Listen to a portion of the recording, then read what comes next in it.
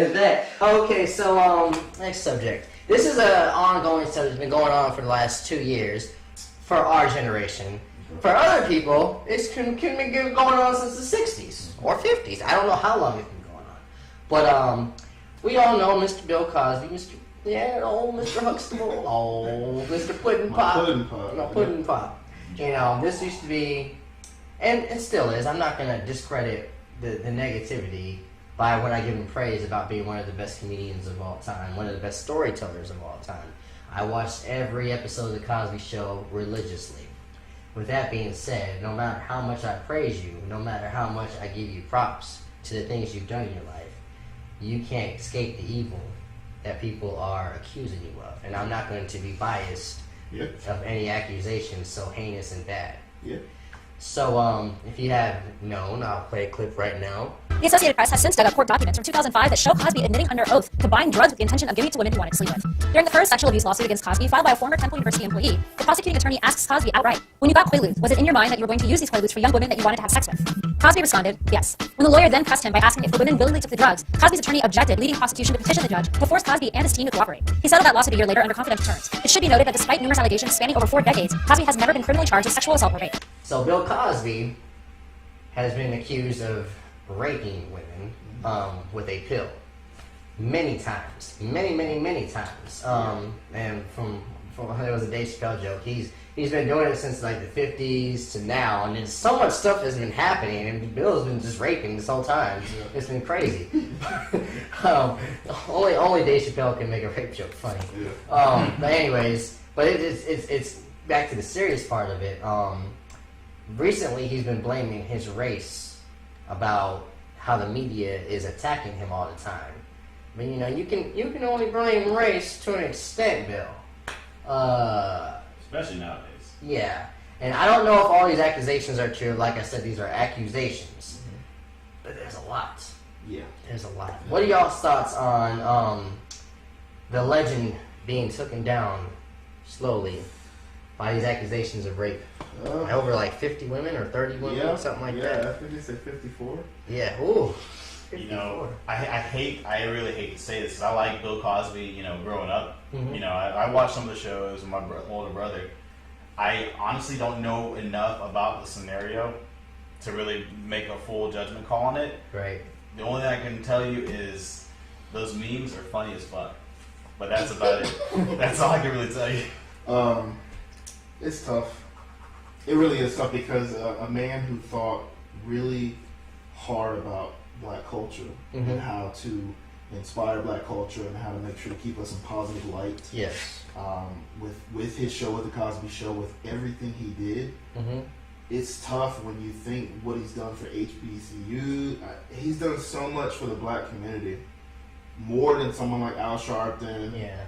I've actually heard a rumor that he paid for Martin Luther King's microphones. Yeah. I've heard. I don't know if that's true or not, but that's yeah. I recently heard that, and I was like, wow, that's pretty cool. People forget, like with the Cosby Show, like he had psychologists make sure that everything that they were doing would not negatively affect black people. Right.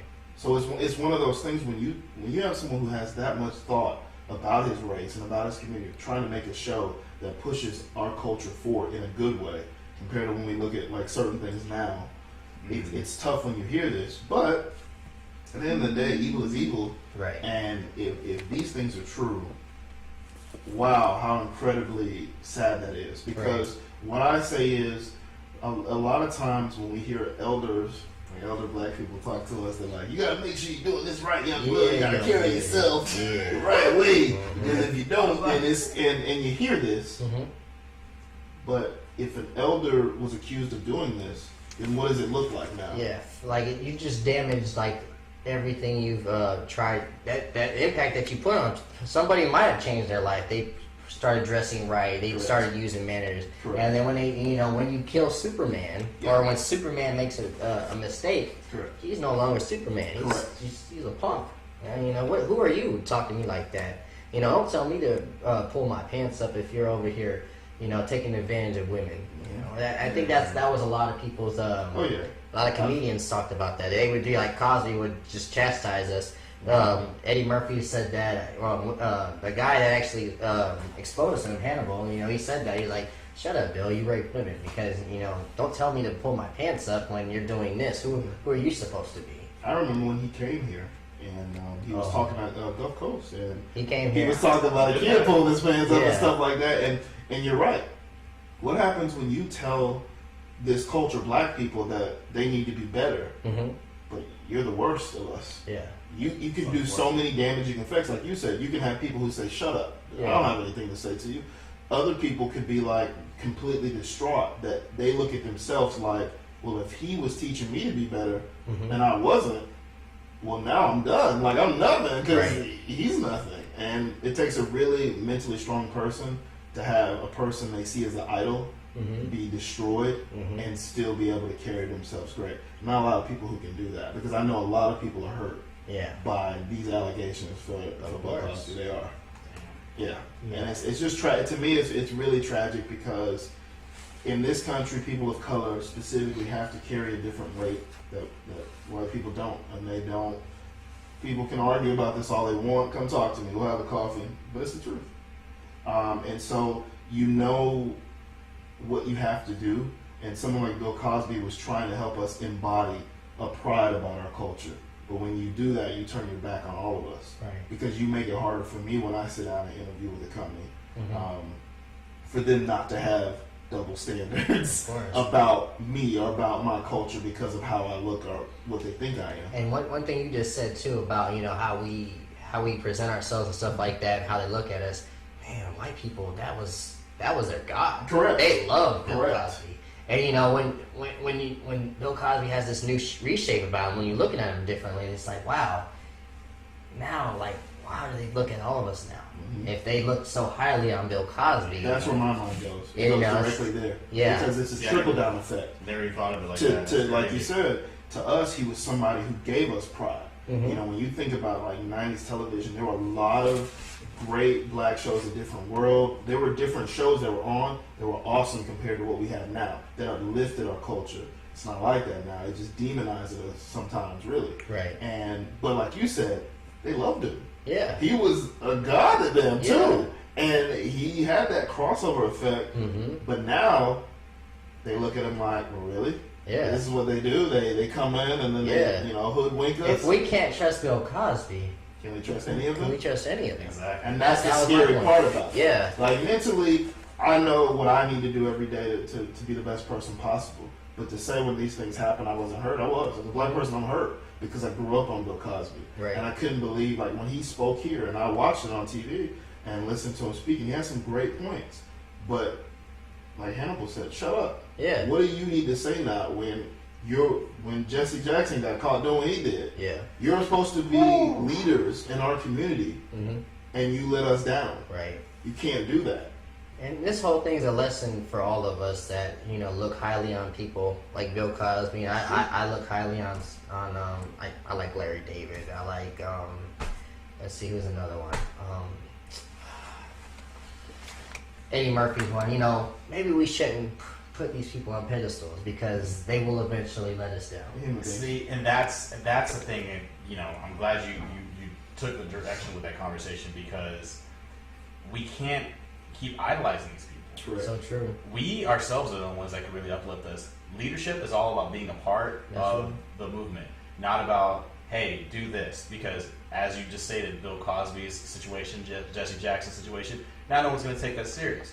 But you as individuals, or as a black, in the black community, we could rise up. Like, okay, let's take Donald Glover, Childish Gambino, right? Love him. Very, very inspirational guy. He's inspired me in a lot of aspects. He can do it all. He can do it all. Yeah, but he doesn't really put himself up on a podium. And people, I know some people do actually worship him, but politically speaking, or like on, he's subconsciously not chastising people. Exactly. Yeah. And subconsciously, if that's even the right term, that he's helping, the community actually feel better about themselves, and just it's uplifting us in such a very calm mannered way, and that's how it should be. Martin Luther King did the same thing. Correct. Right. I was just about to say the exact same thing. There's no ...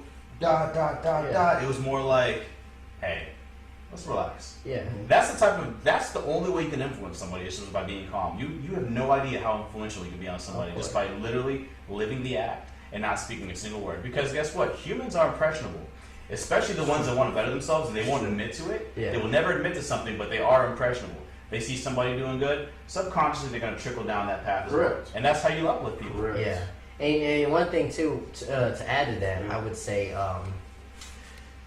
when I talk at people, like mostly my son, because that's the only person I really have authority to do that. I don't have authority to talk to y'all like that. But when I give suggestions, or if I want to, say something, I don't go, you need to do this or you need to do that. I go, hey, we should do this. Exactly. We it's all about how you say things, because nobody wants to be talked at or lectured, But I say we just because I know for a fact I'm not a perfect person, and anybody can, with a phone, anybody with a book, anybody with pictures, anyone that knows my mother can debunk me trying to be perfect like in seconds. So that's why I'm like, we, and if I'm saying that you should work on something like that, it means I can work on it too. I'm not going to give criticism that I can't give myself. Correct. And I think that's one thing that Bill Cosby failed to do in his lifetime. And I like that. Go ahead. The saddest thing with him that really ticked me off was that he thought, just like Jesse Jackson, that he could do what a lot of these black leaders do. I've inspired you for years. You put me into like this idol of God status. So when a trouble does happen, you're gonna ride with me no matter what. Because you're black and I'm weak. No, wrong. Hey, for a while they were. Oh yeah, no. Once you get over 30, I was just about to say that. I was like, when they got to the 30s, they're like, okay, Bill. I know. I can't. I can't. We had you at 25. I'm like, nah, there's no way. Yeah. When we got to 30, you're like, Bill. Yeah. Come on, man. 30? Yeah. 50. They've been gone at the 50. Yeah. You know. Because look at what